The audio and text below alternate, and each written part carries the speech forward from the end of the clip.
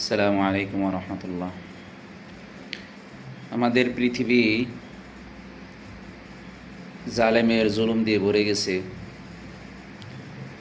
এখন পৃথিবীর মানুষ বিভিন্ন জায়গায় নির্যাতিত, মুসলমানরা বিশেষ করে নির্যাতিত।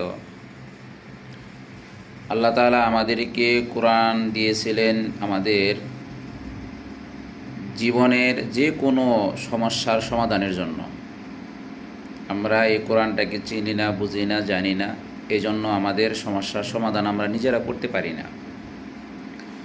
তো কোনো ব্যক্তি যদি জালেমের দ্বারা আক্রান্তিত হয়, কোনো জালেমের কাছে তার জবাবদিহি করতে হয়, তার বিচার কার্যে বসতে হয় এবং সে নির্যাতিত হওয়ার আশঙ্কা থাকে, তাহলে এমন ব্যক্তি সূরা ইয়াসিনের আয়াত ওয়াজআলনা মিন বাইনি আইদিহিম সাদ্দা ওয়া মিন খালফিহিম সাদ্দান ফাগাশাইনাহুম ফাহুম লা ইউবসিরুন, এই আয়াতটা পড়ে এই জালেমের দিকে হালকা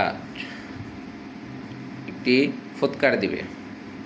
ইনশাআল্লাহ ওই জালেমের চোখের সামনে পর্দা পড়ে যাবে এবং ওই জালেম ওই মাজলুমের উপর আর জুলুম করবে না।